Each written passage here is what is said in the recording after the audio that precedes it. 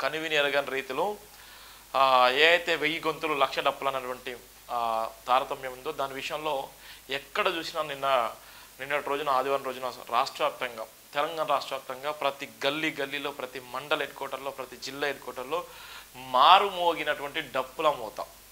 అసలు ఏం జరుగుతుంది ఏమైపోయిందో అని కూడా అర్థం కానటువంటి పరిస్థితిలో ఒక పక్కన ఎవరన్నా చనిపోతానో లేకపోతే ఏమన్నా సందర్భం వస్తానో కొట్టే అటువంటి డప్పు, ఆ డప్పు నిన్న కొట్టడం వల్ల అనేక మంది వాళ్ళ అందరూ కూడా కనివిని ఎరగని రీతిలో ఆదివారం రోజున ఉన్నటువంటి అనేక కుటుంబాలు ఏమైపోయినాయి అని ఆ డప్పుల దగ్గరకు వచ్చి ఆరాధీసేటువంటి ప్రయత్నం చేయడం జరిగింది చాలామంది.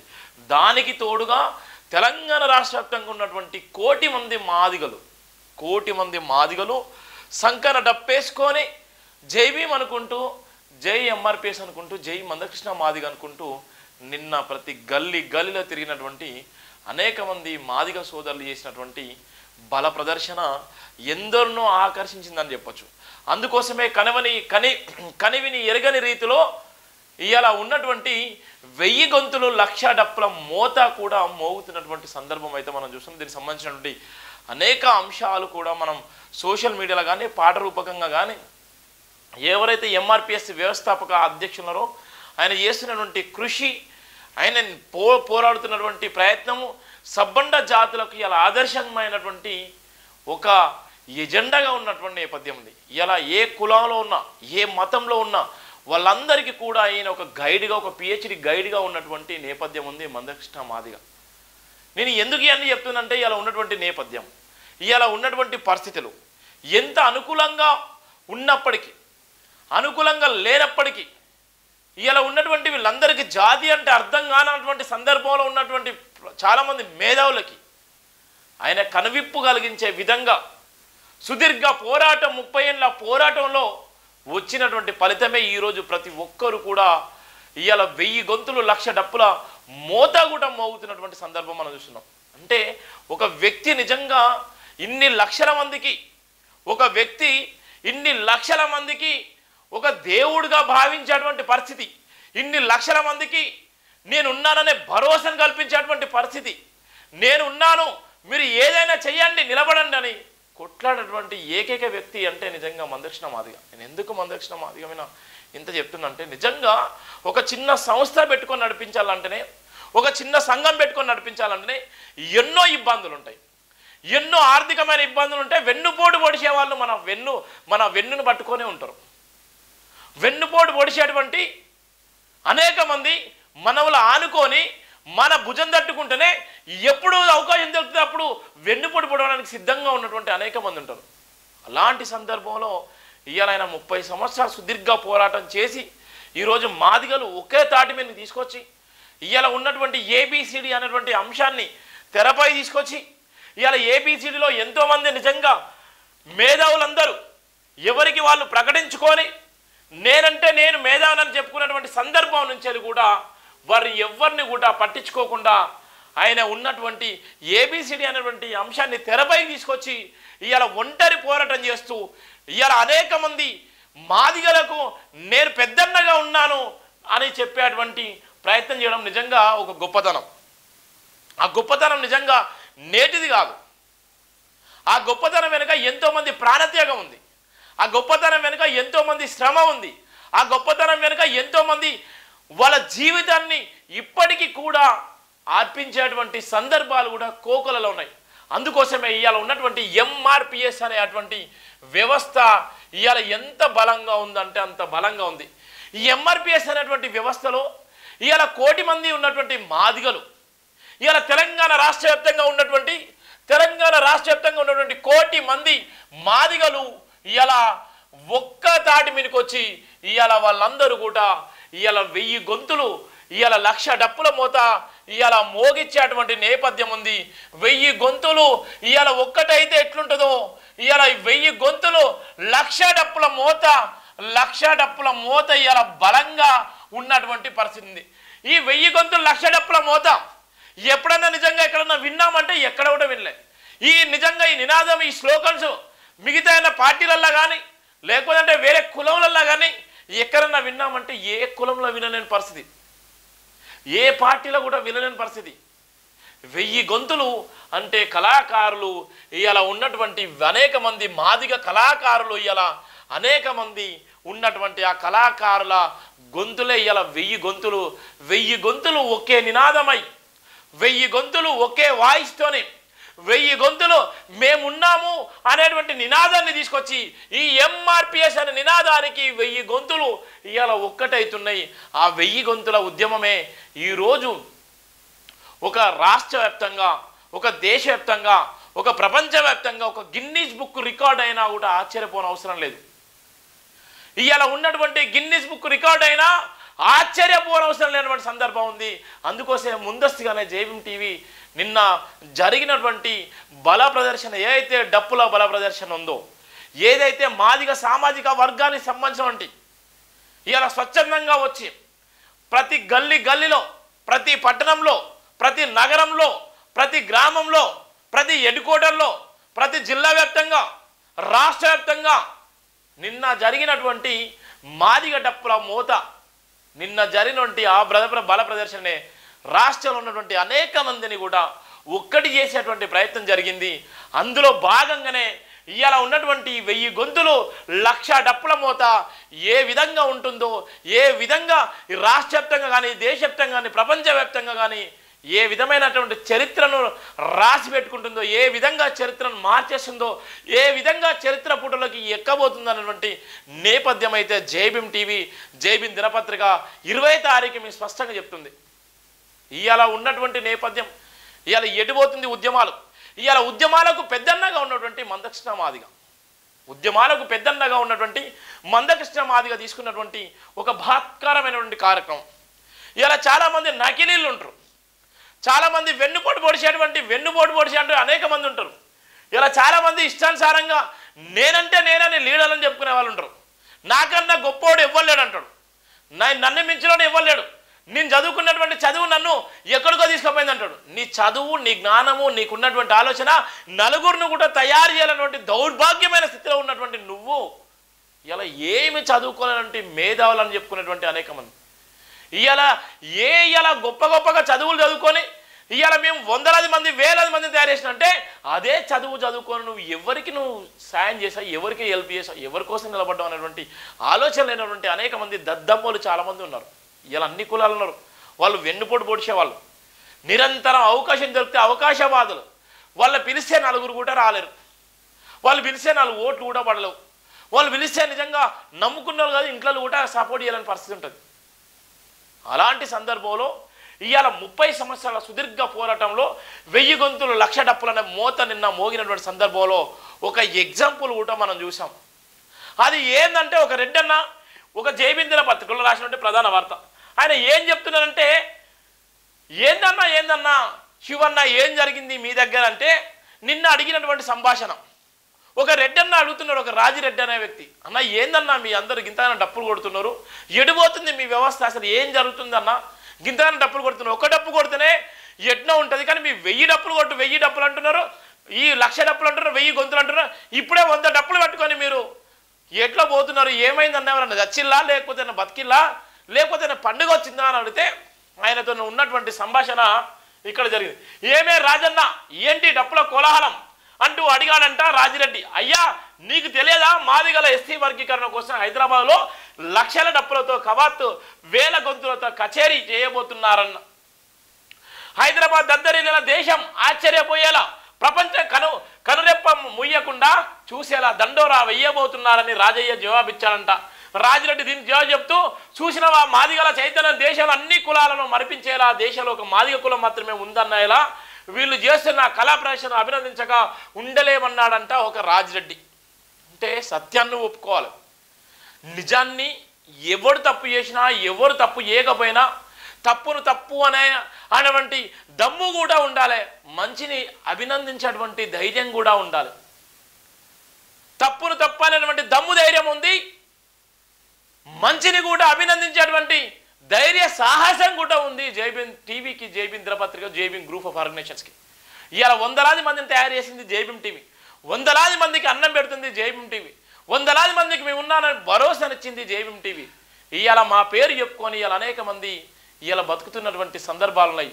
ఇవాళ ఎంఆర్పిఎస్ ఉద్యమం వచ్చిన తర్వాత అనేక మంది ఇవాళ మాదిగలు, ఇవాళ లక్షలాది మంది మాదిగలు ఇవాళ ఉపాధిగా ఇవాళ ఎంఆర్పిఎస్ను ఇవాళ మేము ఉన్నామని భరోసాగా ఎంఆర్పిఎస్కు మేమే సైనికులము, ఎంఆర్పిఎస్ మా జాతిలో ఒక భాగము, ఇవాళ ఎంఆర్పిఎస్ లేకపోతే మేము లేవని 30 సంవత్సరాల నుంచి సుదీర్ఘంగా కష్టపడినటువంటి వీర సైనికులు కూడా ఉన్నారు.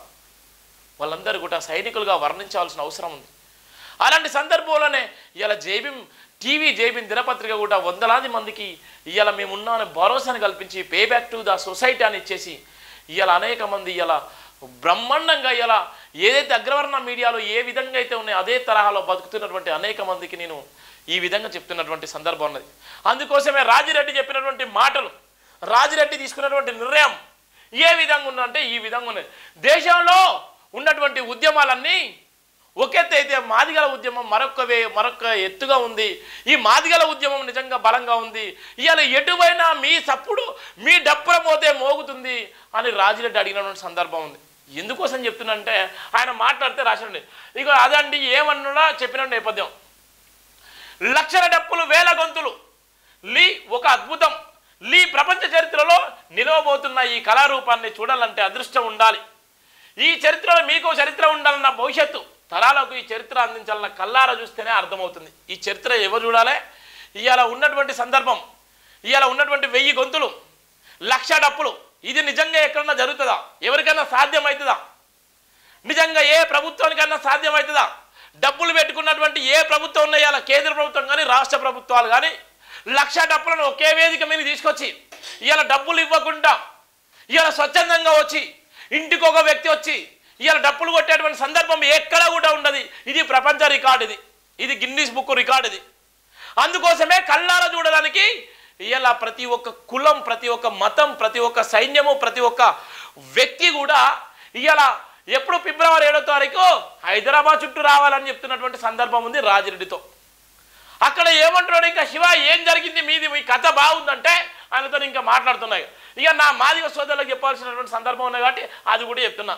నా మాదిగ సోదరులారా, మందకృష్ణ వర్గీకరణ కోసం 30 ఏళ్ళు సుదీర్ఘ పోరాటానికి తెరపడాలంటే మన దమ్మెంటో చూపించాలి. మాదిగలమే కాదు, యావత్ సంబంధ వర్ణాలు మద్దతు మనకు ఉంది.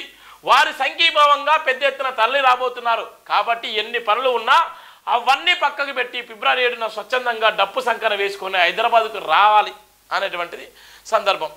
ఇవాళ ఉన్నటువంటి మాదిగలే కాదు, ఇవాళ ఉన్నటువంటి బీసీ సామాజిక వర్గం, ఇవాళ ఉన్నటువంటి మహిళా సామాజిక వర్గం, ఇవాళ ఉన్నటువంటి 57 కులాలు, ఇవాళ ఉన్నటువంటి అనేకమైనటువంటి అగ్రవర్ణ కులాలు, మేము కూడా డప్పు కోరుకొని మేము కూడా వస్తాం శివ అని చెప్పిన నాతోని. నిన్న ఒక పర్సన్ మాట్లాడుతుంటే నేను నిజంగా ఆశ్చర్యపోయినా. ఎందుకంటే అందుకోసమే ఆయన మాట్లాడినట్టుగా రాసినటువంటి సందర్భాలు ఉన్నాయి. ఇవాళ ఎడిపోతుందంటే వ్యవస్థ, ఇవాళ మాదిగల వైపు జనమంతా చూస్తున్నారు. మాదిగల డిమాండ్ ఇలా న్యాయమైన డిమాండ్, మాదిగల డిమాండ్ న్యాయమైన డిమాండ్ కాబట్టి ఇలా అనేక మంది మద్దతు ఇస్తున్నారు. ఇలా మాదిగల డిమాండ్ ఇలా ప్రపంచవ్యాప్తంగా దేశవ్యాప్తంగా ఒక చర్చ జరగబోతుంది. ఇలా దేశ ప్రధాని అనేటువంటి వ్యక్తి కూడా ఇలా మాదిగ డప్పును ఇలా గుండెల మీద మోసేటువంటి పరిస్థితి ఉంది. రాజకీయంగా వాడుకునే వాళ్ళు అనేక మంది ఉంటారు. ఇలా ఎవడి కులం వాడికి గొప్ప అనేటువంటి సందర్భాలు కూడా ఉంటాయి. ఇలా రాజకీయ పార్టీలే కులంతోనే రాజకీయం చేస్తాయి. అది అందరికీ తెలిసినటువంటి నగ్న సత్యమైనప్పటికీ కూడా ఇక్కడ ఉన్నటువంటి మాదిగల ఆత్మగౌరవ నినాదం ఇవాళ ఎంఆర్పిఎస్ ఉన్నటువంటి సందర్భం ఉంది. ఈ ఎంఆర్పిఎస్ పోరాటమే ఇవాళ ఏబిసిడి వర్గీకరణ. ఇవాళ బీసీలో ఏ విధంగా అయితే ఏబిసిడి ఉందో, ఇవాళ బీసీలో ఏ విధంగా అయితే ఏబిసిడి ఉందో, ఇవాళ మాదిగలలో కూడా ఏబిసిడి అనేటువంటి ఏబిసిడి అనేది రావాలనేటువంటి ఒక ప్రధాన డిమాండ్ ఉంది.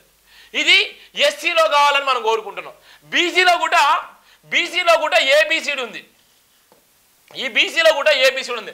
మరి వీళ్ళకు వాళ్ళకి తేడేందంటే బీసీలలో కూడా అణగారిన వర్గాలు ఉన్నాయి, బీసీలలో కూడా కులాలు తెలియనటువంటి కులాలు ఉన్నాయి, బీసీలలో కూడా వాళ్ళ వాటా ప్రకారం రావాల్సిన సందర్భాలు కూడా ఉన్నాయి. కానీ బీసీలు అంత చైతన్యం ఉంటారా? బీసీలు నిజంగా ఒకదాటి మీదకి వస్తారా? బీసీలు నిజంగా అంత తెగింపు ఉంటుందా? బీసీలకు నిజంగా నాయకత్వం వహించేటువంటి వ్యక్తులు నిజంగా ఇంత ఆనెస్ట్గా పనిచేస్తారా అంటే వాళ్ళందరికీ కూడా ఎవరు పెద్దన్న అంటే ఈ బీసీ నినాదానికి కూడా పెద్దన్న ఎంఆర్పిఎస్ వ్యవస్థాపక అధ్యక్షుడు మందా కృష్ణ మాదిగ అని చెప్పొచ్చు. ఈ కృష్ణమాదిగ అనేటువంటి పేరే లేకపోతే ఇవాళ ఏబిసిడి అనేది లేదు. ఇవాళ ఉన్నటువంటి ఈ అందరికీ కూడా ఇలా నేనున్నాననే భరోసా కూడా లేదు. ఇవాళ ఉన్నటువంటి అనేక సంఘాలకు, అనేక మతాలకు, అనేక కులాలకు ఇలా పెద్ద దిక్కుగా ఉన్నటువంటి ఈ ఒక ఏబిసిడి వర్గీకరణ కూడా ఆయన నుంచి పుట్టుకొచ్చిందే. ఇవాళ దాన్ని వ్యతిరేకించే కులం కూడా ఎస్సీ కులం కూడా, ఎస్సీ మాల కులం కూడా దీని నుంచి పుట్టుకొచ్చిందే, ఏబిసిడి వర్గీకరణ పుట్టుకొచ్చిందే. దీనికి కూడా వ్యవస్థాపకుడు కూడా మందకృష్ణమాదిగనే. ఇప్పుడు ఇది ఇవాళ ఉన్నటువంటి ఏబిసిడి వర్గీకరణ అంశం రాకపోతే, ఇవాళ ఉన్నటువంటి ఏబిసిడి అనేటువంటి వర్గీకరణ రాకపోతే ఇవాళ ఉన్నటువంటి 1000 గొంతులు 1,00,000 డప్పులు అనేటువంటి సందర్భం వచ్చేదే కాదు. ఇవాళ ఉన్నటువంటి మాల సామాజిక వర్గము ఇవాళ మాల వ్యతిరేక పోరాటం అని పెట్టుకునే వాళ్ళే కాదు, దాని కూడా వ్యవస్థాపకుడు కూడా మందకృష్ణమాదిగనే అనేటువంటి సందర్భాన్ని కూడా గుర్తు చేస్తున్నాం. ఎందుకు వ్యతిరేకిస్తున్నారంటే ఇక్కడ ఉన్నటువంటి సందర్భంలో 10 మంది ఎంఆర్ఓలు, ఈ 10 మంది ఎంఆర్ఓలు మాలలైతే ఇందులో 1-2 మాత్రమే మాదిగలు. ఇక మిగతా వాళ్ళంతా 8 మంది మాలలే. ఇక ఇక్కడ సామాజిక న్యాయం ఎవరు జరిగినట్టు? ఇది జరగాలని కోరుకుంటున్నారు. సామాజిక న్యాయము ఎవరికి జరిగినట్టు? ఇది సామాజిక న్యాయం అవుతుందా? నిజంగానే చాలామంది కూడా రిజర్వేషన్ తీయాలంటారు. రిజర్వేషన్ నిజంగా తీస్తే ఇలా అడుక్కొని తింటాం. ఇవాళ బిలో ప్రావర్టీ కింద ఇవాళ ఉన్నటువంటి 75 గజాలు, 60 గజాలు 69 జీవో కింద, 58 జీవో కింద ఇచ్చేటువంటి సందర్భాలు ఉంటాయి. అది ఎవరికైనా కుల మత వర్గం భేదం లేకుండా పేద బడుగు బలైన వర్గాలకు అని ఇచ్చేటువంటి అలాంటి జీవోని తీసుకొచ్చి ప్రభుత్వం 60 గజాలు 70 గజాలు భూములు ఇచ్చిన సందర్భాలు కూడా చూసినాం. మరి ఆ జీవితాలు ఇప్పుడు కూడా మనం గడుపుతున్నాం. అలాంటి సందర్భంలోనే ఇవాళ ఉన్నటువంటి ఈ నేపథ్యంలో కూడా ఇవన్నీ కూడా ఎగిరిపోతే, ఏబిసిడి వర్గీకరణ అంశం లేకపోతే, ఇవాళ ఉన్నటువంటి ఏబిసిడి వర్గీకరణ అంశం లేకపోతే, రిజర్వేషన్లు లేకపోతే, ఇవాళ కులాలే లేకపోతే ఇవాళ ఎవరు గుర్తిస్తారు?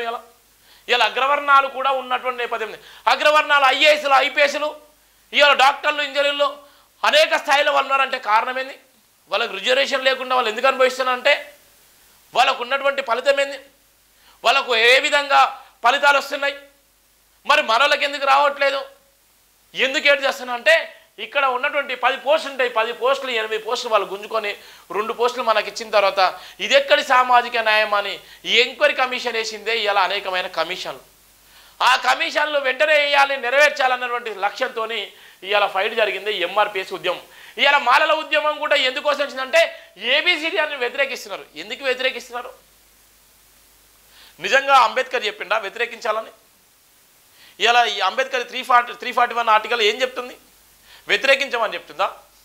వ్యతిరేకించాలని చెప్తుందా? సుప్రీంకోర్టు కన్నా పెద్ద న్యాయమూర్తులా? సుప్రీంకోర్టు, హైకోర్టులు ఇచ్చినటువంటి సందర్భంలో కూడా వాళ్ళకన్నా న్యాయమూర్తులా? ఇలా మాదిగాలు ఉన్నటువంటి డిమాండ్ బలమైన డిమాండ్, వాళ్ళ ఆత్మగౌరవ డిమాండ్. ఇవాళ ఉన్నటువంటి 57 ఉపకులాలు ఉన్నాయి, వాళ్ళ పేర్లు కూడా తెలియదు. ఆ ఉపకులాలకు కూడా న్యాయం జరగాలన్న లక్ష్యంతో పుట్టినటువంటిదే ఏబిసిడి వర్గీకరణ. ఇవాళ ఏబిసిడి వర్గీకరణ చేయబట్టే ఇవాళ ఎస్సీ మాల వ్యతిరేక పోరాట సమితి కూడా వచ్చింది. అంటే అయినా కూడా దాని కూడా ఇవాళ ఫౌండర్ కూడా మందకృష్ణమాదిగనే. అందుకోసమే ఇవాళ ఉన్నటువంటి సందర్భంలో ఇవాళ మాదిగల పక్షాన ఇవాళ సబ్బండ కులాలు ఉన్నాయి, సబ్బండ కులాల పక్షాన మాదిగ సామాజిక వర్గం ఉన్నది. మాదిగ సామాజిక వర్గానికి న్యాయం జరగకపోతే రాబోయే రోజులో ఇవాళ రాజకీయ నాయకులు కూడా గెలవలేనటువంటి పరిస్థితి కూడా ఉంటుంది. ఇవాళ సామాజిక న్యాయము మాదిగల పక్షాన జరుగుతుంది. మాదిగలు అనుకుంటే జరుగుతుంది. మాదిగలు ఒక్కతాటి మీదకి వస్తే జరుగుతుంది. మాదిగలు చైతన్యం అయితే జరుగుతుంది. మాదిగలు నిజంగా చిత్తశుద్ధితోని ఇవాళ ఉంటే జరుగుతుంది అన్న నేపథ్యం కూడా మనం చూస్తున్నాం.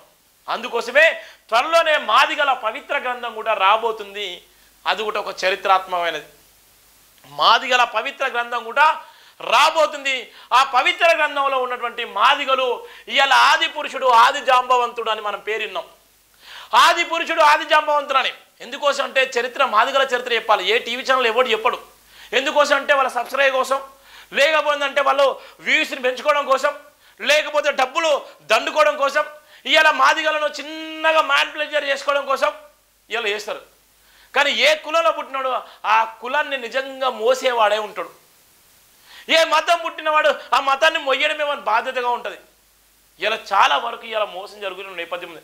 అందుకోసమే మరో చరిత్ర కూడా ఇలా తెలంగాణలో కాదు దేశవ్యాప్తంగా ప్రపంచవ్యాప్తంగా కూడా ఇలా మాదిగల గ్రంథం రాబోతుంది. ఆ మాదిగల గ్రంథం ఎంత పవిత్రమైందంటే ఇలా ఉన్నటువంటి భగవద్గీత, ఇలా బైబుల్, ఖురాన్ లాగా ఇలా ఉన్నటువంటి జైన మతంలాగా ఎవరెవరికి ఏ మతంలు ఉన్నాయో, ఏ కులానికి ఏ గ్రంథాలు ఉన్నాయో అదే గ్రంథాలు కూడా రాబోతున్నాయి. ఆ గ్రంథాల పేరే మాదిగల చరిత్ర, మాదిగల పవిత్ర గ్రంథం రాబోతుంది. మాదిగల పవిత్ర గ్రంథం రాబోతుంది. మాదిగల పవిత్ర గ్రంథానికి సంబంధించినటువంటి అంశాన్ని కూడా మనం చూస్తున్నాం. మాదిగల పవిత్ర గ్రంథం. ఈ పవిత్ర గ్రంథానికి సంబంధించిన చరిత్ర, ఇవాళ దేవుళ్ళు ఎక్కడి నుంచి వచ్చారు, దేవుళ్ళ చరిత్ర ఏ విధంగా ఉన్నది, నిజంగా దేవుళ్ళు నిజంగా మాదిగలను ఎందుకు దూరం ఉండేచ్చు, మరి కోమటలు ఎక్కడి నుంచి వచ్చారు, ఇవాళ బీసీలు ఎక్కడి నుంచి వచ్చారు, ఇవాళ రెడ్డిలు ఎక్కడి నుంచి వచ్చారు, నిజంగా ఈ బాపనోళ్ళు ఎక్కడి నుంచి వచ్చారు అనే గతంలో కూడా రాసినాం. దానికి సంబంధించిందే మాదిగల పవిత్ర గ్రంథం రాబోతుంది. ఆది పురుషుడు ఆది జాంబవంతుడు అనే నేపథ్యం ఉంది. చాలా వరకు చరిత్ర మేధావులు తెలుసు. ఆది పురుషుడు ఎవరంటే జాంబవంతుడు అంటారు. మరి జాంబవంతుని వారసులు అంటే మాదిగలు అంటారు. ఇక్కడ ఉన్నటువంటి సందర్భం ఆది పురుషులు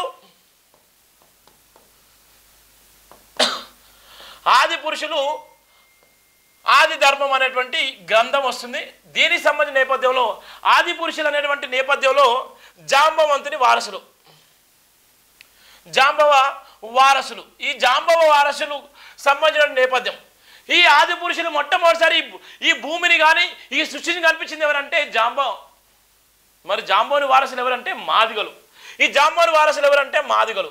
మరి ఈ మాదిగలు ఎక్కడున్నారంటే ఇవాళ ఎక్కడున్నారు, ఊరికి దూరాన ఉన్నారు. ఊరికి దూరాన ఉండి వాళ్ళు ఏం చేస్తున్నారు, ఊరికి దూరాన ఉండి ఇవాళ వాళ్ళు భయంకరమైనటువంటి వివక్షతను అనుభవిస్తున్నారు. భయంకరమైనటువంటి వివక్షత, భయంకరమైనటువంటి అవమానాలు, ఇవాళ ఉన్నటువంటి రిజర్వేషన్లను ఆ రిజర్వేషన్లతోనే బతికే విధంగా చేసేటువంటి ప్రభుత్వాలు ఇవాళ కుట్రలు కుతంత్రాలు చేసి మాదిగలను అంచివేసే కుట్ర కుతంత్రాలు జరుగుతున్నాయి. ఎన్ని వేల సంవత్సరాలు అంటే 5,000 సంవత్సరాల నుండి జరుగుతున్నటువంటి ఒక భయంకరమైన కుట్ర. ఈ కుట్రలో బలైనటువంటి ఎవరంటే మాదిగలు. ఈ మాదిగలు ఈ దేశాన్ని పరిపాలించినటువంటి వ్యక్తులు, ఈ మాదిగలు అన్ని కులాలకు ఆదర్శంగా ఉన్నటువంటి వ్యక్తులు, ఈ మాదిగలు దేనికి వెనకకు పోయినటువంటి చరిత్ర కలిగినటువంటి మాదిగలు. వాళ్ళ చరిత్రను రాసేదే ఇవాళ మాదిగల పవిత్ర గ్రంథం కూడా రాబోతుంది. ఆ పవిత్ర గ్రంథంలో దేవుళ్ళు ఎక్కడి నుంచి వచ్చారు, ఆ దేవుళ్ళకు పుట్టక ఎక్కడి నుంచి వచ్చింది, ఆ దేవుళ్ళు ఎవరి డిఎన్ఏ నుంచి వచ్చిళ్ళు, ఎవరి డిఎన్ఏ నుంచి ఎవరు సంక్రమించిళ్ళు, ఆ డిఎన్ఏకి సంబంధించినటువంటి అంశాలు కూడా ఇవాళ మాకు సంబంధించినటువంటి తిరుపతి అనేటువంటి ప్రొఫెసరు ఇవాళ ఒక పవిత్ర గ్రంథం రాస్తున్నాడు. ఇవాళ బైబిల్ రాసినటువంటి వ్యక్తులు ఎవరున్నారో, ఇలా భగవద్గీత రాసినటువంటి వ్యక్తులు ఎవరున్నారో అలాంటి వ్యక్తుల్లో కూడా ఇలా మాదిగల పవిత్ర గ్రంథం కూడా రాబోతుంది. మాదిగల పవిత్ర గ్రంథం మీద అనేకమైనటువంటి చర్చ జరుగుతుంది. ఆ చర్చలో భాగంగా లక్ష్మీ తల్లి ఎక్కడి నుంచి వచ్చింది, ఇలా జాంబవంతుని రక్తం ఏ విధంగా వెళ్ళిపోయింది, ఇలా ఉన్నటువంటి వెంకటేశ్వర స్వామి ఎవరు ఎక్కడి నుంచి వచ్చిండు, వెంకటేశ్వర స్వామి నిజంగా ఎవరు ఆక్టిఫై చేసుకున్నారు అంటే నిజంగా ఒక చిన్న ఉదాహరణ చెప్తా. ఇలా తిరుపతి దేవస్థానంలో ఉన్నటువంటి తిరుపతి దేవస్థానం, ఇలా చాలామంది మేధావులను డిబేట్ చేయండి, చర్చలు పెట్టండి, నా వెనక కూడా కామెంట్ చేయొచ్చు. తిరుపతి దేవస్థానం ఎవరి సామాజిక వర్గం అనుకుంటున్నారో కామెంట్ చేయండి. తిరుపతి దేవస్థానం సంబంధించిన తిరుపతి వెంకటేశ్వర స్వామి ఏ కులానికి సంబంధించిన వాళ్ళో చెప్పొచ్చు. ఏ కులానికి సంబంధించిన వాళ్ళో చెప్తే నిజంగా వెంటనే వాళ్ళకి ఏదంటే అది బహుమతి ఇవ్వగలుగుతాం. ఈ పవిత్ర గ్రంథంలో సాక్షిగా ఇలా ఉన్నటువంటి చాలామంది మేధావులు, ఋషులు, కృషులు, ఇలా ఉన్నటువంటి పీఠాధిపతులు అక్కడ ఉన్నటువంటి సందర్భం ఎవరైతే ఉన్నారో దానికి సంబంధించినటువంటి నేపథ్యం. తిరుపతి దేవస్థానంలో ఉన్నటువంటి వెంకటేశ్వర స్వామి మాదిగ సామాజిక వర్గానికి సంబంధించినటువంటి వ్యక్తి, మాదిగ సామాజిక వర్గానికి సంబంధించినటువంటి వ్యక్తి అనేటువంటిది పవిత్ర గ్రంథంలో ఉన్నటువంటి ఆ సారాంశము. అది చరిత్ర కూడా ఉంది, ఆ చరిత్ర కూడా ఆధారాలు కూడా ఉన్నాయి. ఇలా ఉన్నటువంటి మనం కొలిసేటువంటి లక్ష్మీ తల్లి, ఏ అయితే లక్ష్మీ తల్లి అని చెప్పుకుంటున్నామో ఈ లక్ష్మీ తల్లి కూడా మాదిగ సామాజిక వర్గానికి సంబంధించినటువంటి తల్లినే. ఈ మాదిగ సామాజిక వర్గానికి సంబంధించిన తల్లినే. ఇవాళ మనం పవిత్రంగా కొలిచేటువంటి శంకరుడు,